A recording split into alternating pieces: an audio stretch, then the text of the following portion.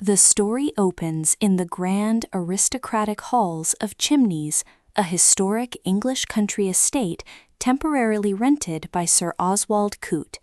Sir Oswald is a powerful, red-faced steel magnate with iron-gray hair and the relentless, driving personality of a human steamroller. He resides there with his wife, Lady Coote, a large, mournful woman who wanders the massive estate looking like a tragic figure carrying a deep, secret sorrow, though her only real grief is being marooned in a life of extreme wealth, far from her humble beginnings. The house is currently filled with a lively, carefree group of young upper-class guests who treat life as one endless, breezy joke.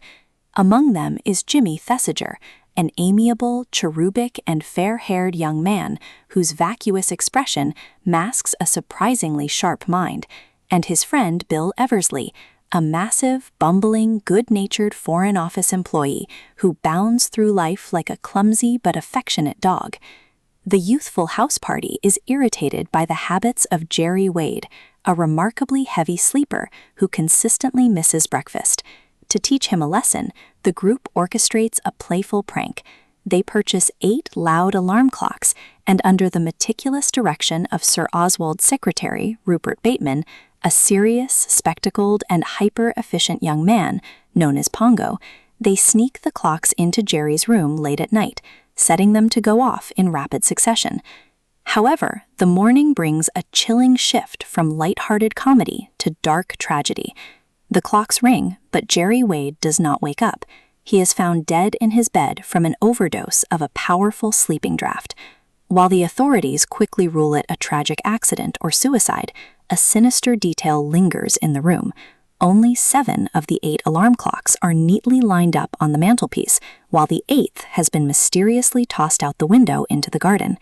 The plot thickens dramatically when ownership of Chimneys reverts to its rightful owner, Lord Caterham, an eccentric and highly indolent aristocrat who wishes only for a quiet life. He is accompanied by his daughter, Bundle Brent.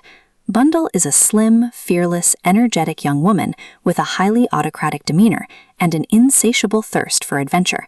Bored by the countryside, Bundle is driving her sports car recklessly towards London when a man suddenly staggers out of the hedgerow and collapses in front of her vehicle. The man is Ronnie Devereux, Gerry Wade's closest friend. He has been fatally shot. With his dying breath, Ronnie whispers a cryptic and terrifying message into Bundle's ear, mentioning the words 7 dials and begging her to tell Jimmy Thesiger. Bundle, whose thirst for a quiet life is non-existent, immediately dives headfirst into the mystery.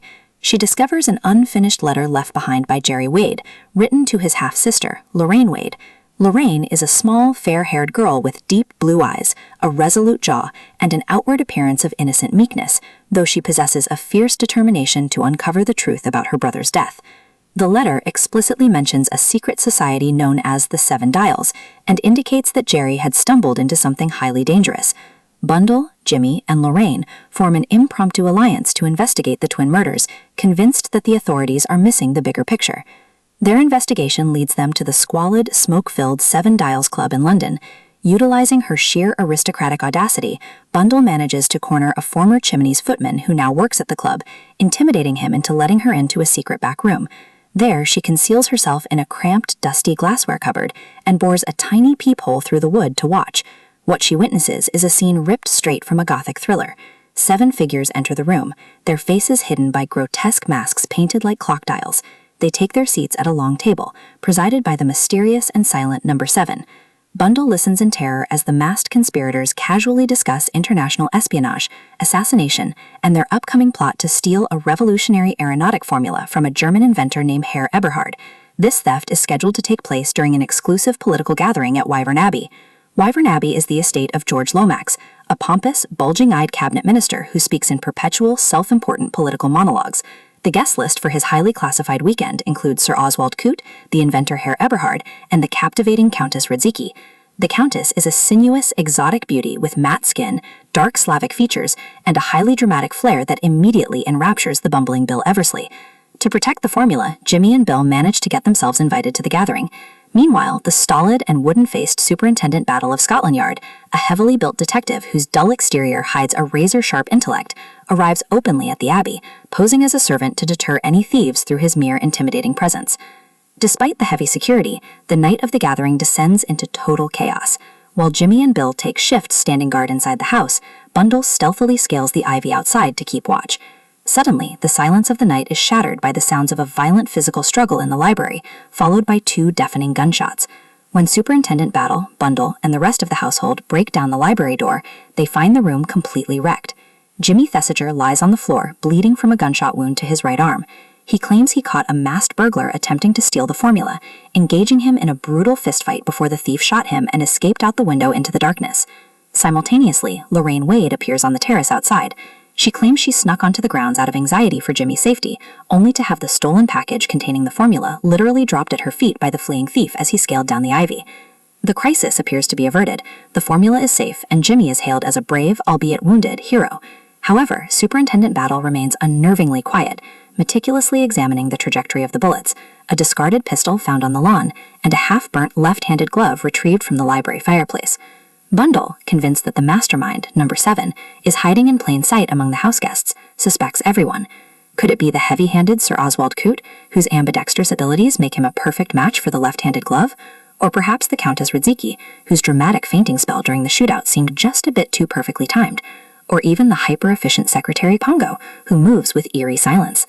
The climax of the narrative kicks into high gear when Jimmy summons Bundle and Lorraine back to the Seven Dials Club, claiming he and Bill have orchestrated a trap for the mastermind.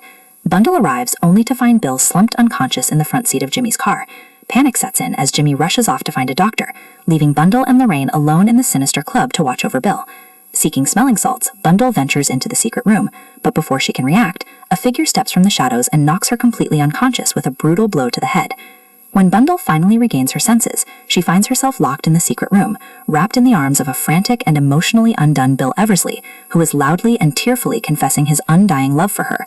Bundle, maintaining her typical dry wit, accepts her proposal, but their romantic moment is cut short. The door unlocks and the terrifying masked members of the Seven Dials file into the room. Bundle is dragged before the ominous number 7 and given a chilling ultimatum: join the murderous syndicate or face the fatal consequences. In a twist that completely upends the entire narrative, number 7 slowly removes his clock mask. Bundle stares in utter shock. It is not a criminal mastermind at all. It is Superintendent Battle. The stoic detective proceeds to unravel a massive web of deception that has framed the entire story. The Seven Dials is not a criminal syndicate. It is a highly classified amateur branch of British intelligence, originally founded by the late Gerry Wade and a group of adventurous patriots to combat a ruthless international smuggler. The masked meetings, the theatricality, and the sinister reputation were all carefully constructed camouflage to protect the identities of the agents and draw out the real enemy. Superintendent Battle then delivers the final, staggering revelation. The international thief and ruthless murderer they have been hunting all along is none other than Jimmy Thesiger. Behind Jimmy's amiable, slightly foolish exterior lay the mind of a cold-blooded sociopath. It was Jimmy who slipped the lethal sleeping draught into his drink at Chimneys to stop him from exposing the truth. It was Jimmy who coldly gunned down his own best friend Ronnie Devereaux when Ronnie began to piece the clues together, and the chaotic shootout at Wyvern Abbey was a brilliant, entirely staged performance by Jimmy himself.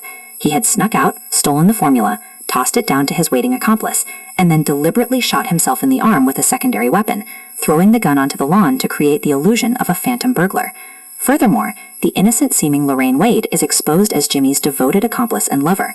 Driven by a twisted loyalty to the man who murdered her own half-brother, she had played the role of the grieving sister perfectly, manipulating the investigations and aiding Jimmy in his cover-ups. When Jimmy lured Bundle to the club, it was a desperate final attempt to murder her and Bill, framing the fictional Seven Dials Syndicate for their deaths. Thanks to the coordinated efforts of Superintendent Battle, the disguised members of the Seven Dials, including the Countess Radzicki, who was actually a British agent and actress, and Bill Eversley, who feigned being drugged in the car to force Jimmy's hand, the trap was sprung. Jimmy and Lorraine are apprehended off-screen, their reign of terror brought to a definitive end. The narrative concludes with the thrilling tension subsiding into a lighthearted resolution. Superintendent Battle takes the battled but victorious heroes out for a celebratory dinner, expressing his admiration for Bundle's sheer tenacity.